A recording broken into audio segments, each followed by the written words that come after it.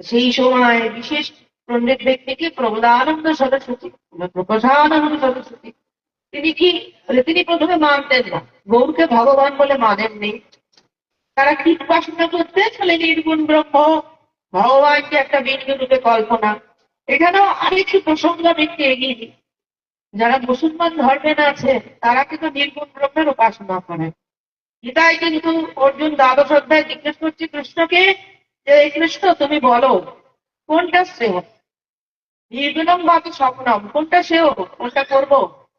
তখন বলছে অব্যক্ত, অব্যক্ত শব্দটা ব্যবহার করেছে। কে যোগ উত্তম যোগী, যারা নির্গুণ উপাসনা করেন তারা উত্তম যোগী, না সগুণ সাকার উপাসনা করে তারা উত্তম যোগী?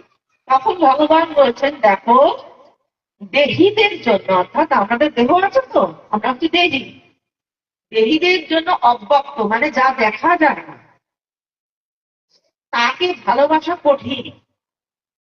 সেই জন্য এটা হচ্ছে যোগীদের পথ। নির্গুণ উপাসনা করছেন, ব্রহ্মের মধ্যে লীন হয়ে যাচ্ছেন, বিন্দু দর্শন জ্যোতি দর্শন করছেন, কিন্তু দেহী যারা তাদের জন্য কি, তাদের জন্য স্বরূপ উপাসনার প্রয়োজন। আর তারপরে গুণাবলীগুলো তিনি বললেন। শেষে আমাদের মহাত্মা কিন্তু বলেছেন ভক্তি মুক্তি রে সোপানাষ্টাদ শৈরে এবং ভক্তি মুক্তি সমচ্ছিত হি। ভক্তি এবং মুক্তি, মুক্তিটা চলে গেছে নির্গুণের দিকে, মিশে গেল, একাকার হয়ে গেল।